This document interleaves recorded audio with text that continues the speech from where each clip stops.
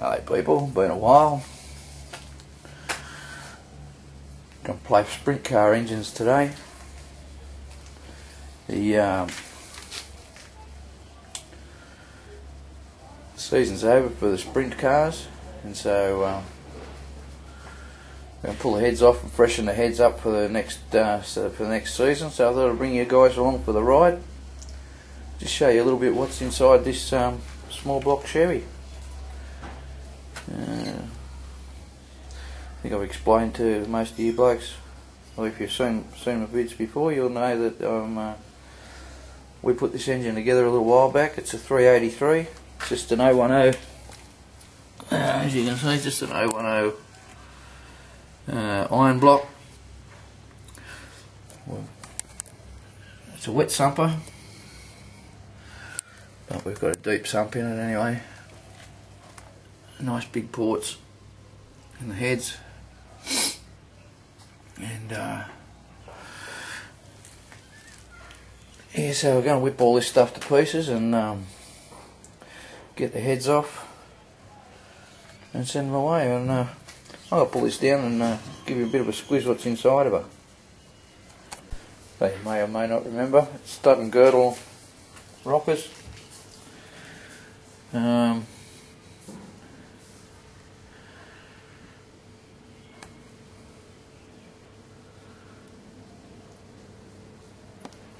You can read that. And these are old, these have been used in a number of engines, but they seem to work pretty good on this one. Nice big valve springs, nice big valves. And we'll get all this pulled down, we'll get the manifold off it, and I'll show you what's under that. So we start by undoing the clamping bolts, and then that just slides straight up off out the top of the adjusters, and then we'll get all them off, get all the rockers off, and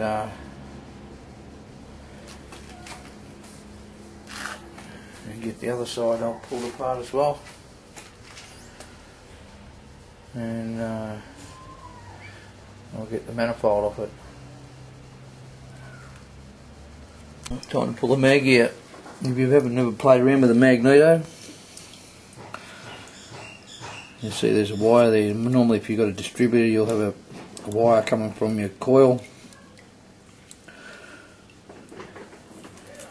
to the distributor.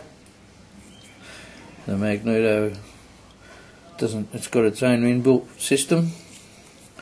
That's not a power wire. That's an earthing wire to shut the ignition off. So down in here, I'll get that in a minute. But there we go. So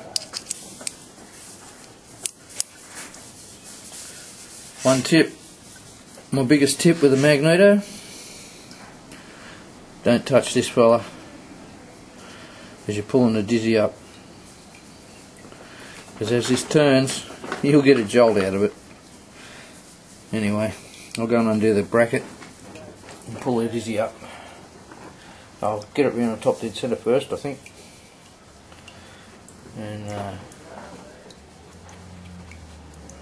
which is a bit of a trick with this one, because as you can see, you can't get on the front of the crank because we've got the water pump there, and you can't get on the back of the crank because it just drives straight out to the rear axle. So I'm hoping he's got his axle nut tool, and I'll put it into gear.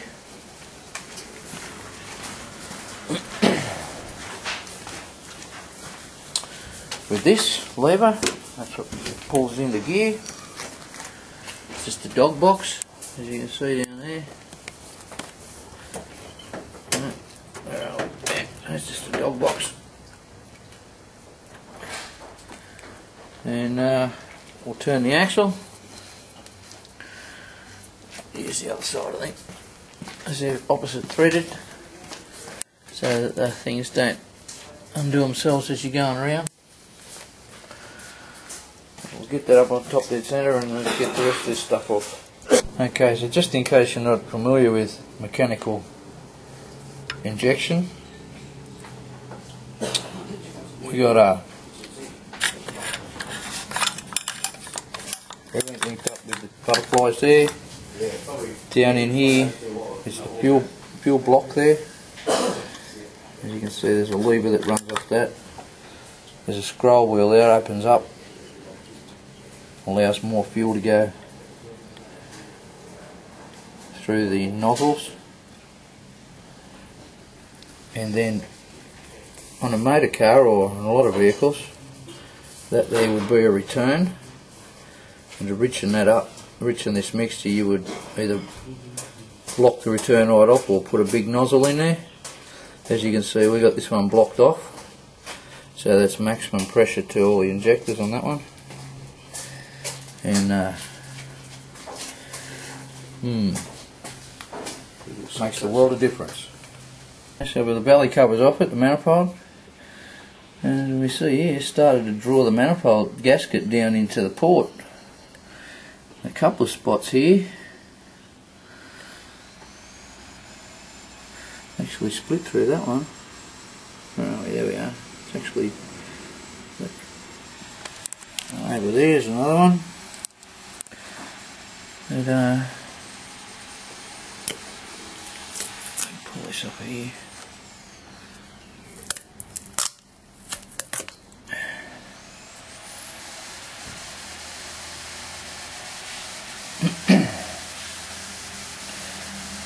You can probably understand that you can only get just so much valve spring tension, and it's a roller camshaft, so you know we want to keep everything running nice, so we don't want things slapping around. The best way to do that on this engine that spins around at like I say 9,000 RPM quite regularly, we have this dealio going on here. There's the roller rocker,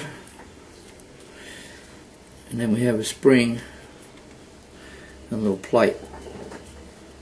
And the push rod runs down through the middle of that, and that holds tension on the rocker down onto the camshaft. As you can see through there, that's where the push rod will go down through, down through there, through the spring, under the lifter. Anyway, we'll get the heads off and just see what we got.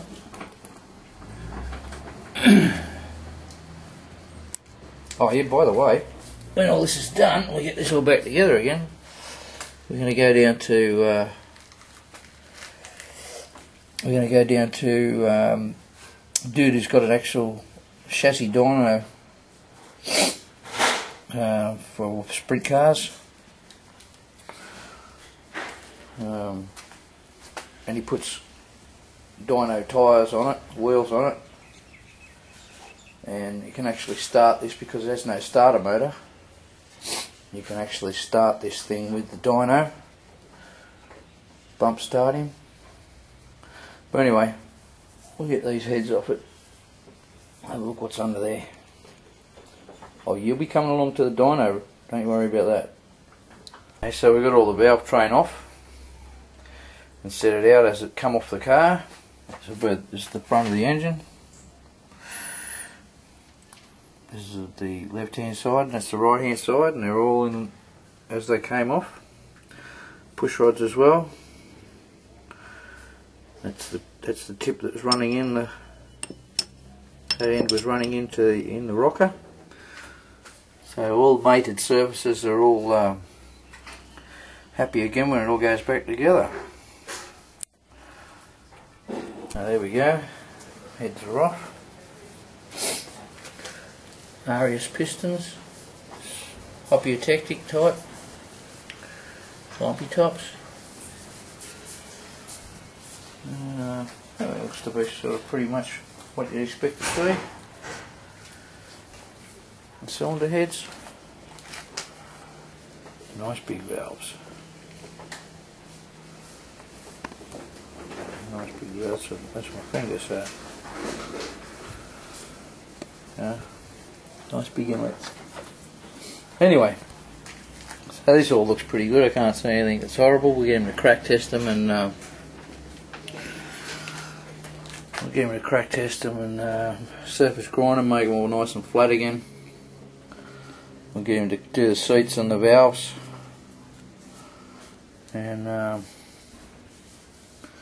we'll put him all back together again. And give him a whirl on the dyno, see what happens. So, till next time, keep the shiny side up. Have a good one.